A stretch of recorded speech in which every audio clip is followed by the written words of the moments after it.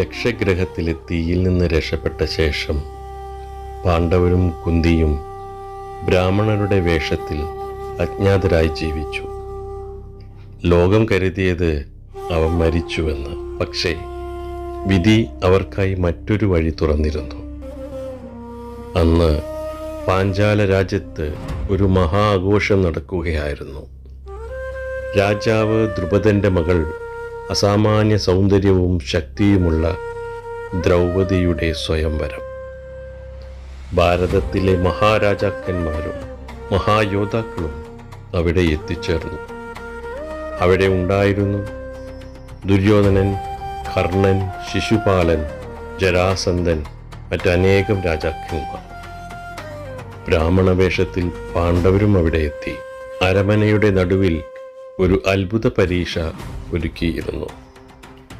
മുകളിൽ ഉയരത്തിൽ ചുറ്റിക്കൊണ്ടിരിക്കുന്ന ഒരു മത്സ്യം, താഴെ വെള്ളം നിറച്ച ഒരു പാത്രം.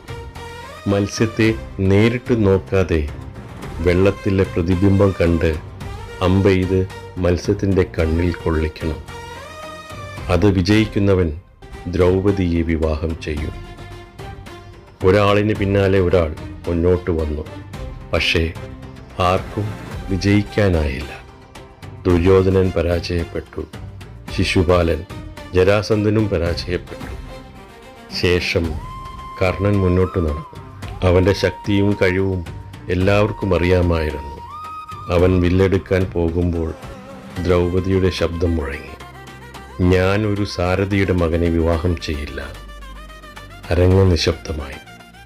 കർണൻ്റെ കണ്ണുകളിൽ വേദനയുടെ തീ തെളിഞ്ഞു. അവൻ പിന്നോട്ട് നടന്നു. അപ്പോൾ ഒരു ബ്രാഹ്മണ യുവാവ് മുന്നോട്ട് വന്നു. അവൻ അർജുനൻ. എല്ലാവരും ആശ്ചര്യത്തോടെ നോക്കി. ഒരു ബ്രാഹ്മണനോ? അർജുനൻ ശാന്തമായി വില്ലെടുത്തു. അവൻ്റെ കണ്ണുകൾ വെള്ളത്തിലെ പ്രതിബിംബത്തിൽ മാത്രം. ശ്വാസം നിശ്ചലമായി. അമ്പ് പാഞ്ഞു നേരെ മത്സ്യത്തിൻ്റെ കണ്ണിൽ. അരങ്ങ് മുഴുവൻ വിസ്മയത്തിലായി. ദ്രൗപദി പുഞ്ചിരിച്ചു. അവൾ ഒരു മാലയുമായി അർജുനൻ്റെ മുന്നിലെത്തി.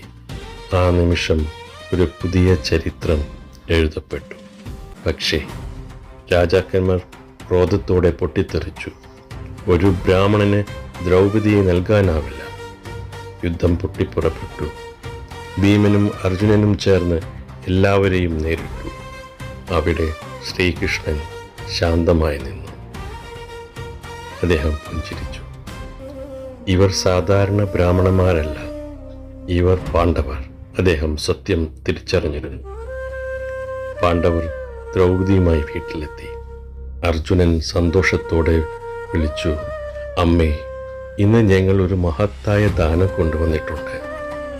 അകത്തു നിന്ന് കുന്തി പറഞ്ഞു, "എന്താണെങ്കിലും 5 പേരും ചേർന്ന് പങ്കിട്ടെടുത്തോളൂ." ആ വാക്കുകൾ എല്ലാവരെയും നിശബ്ദരാക്കി. അങ്ങനെ ദ്രൗപദി 5 പാണ്ഡവരുടെയും ഭാര്യയായി. ഇത് ലോകചരിത്രത്തിൽ അതുല്യമായൊരു തീരുമാനം. പക്ഷേ ഈ വിവാഹം ഭാവിയിലെ മഹാഭാരത യുദ്ധത്തിൽ ഒരു നിർണായക സ്ഥാനമെടുക്കാനിരിക്കുകയായിരുന്നു.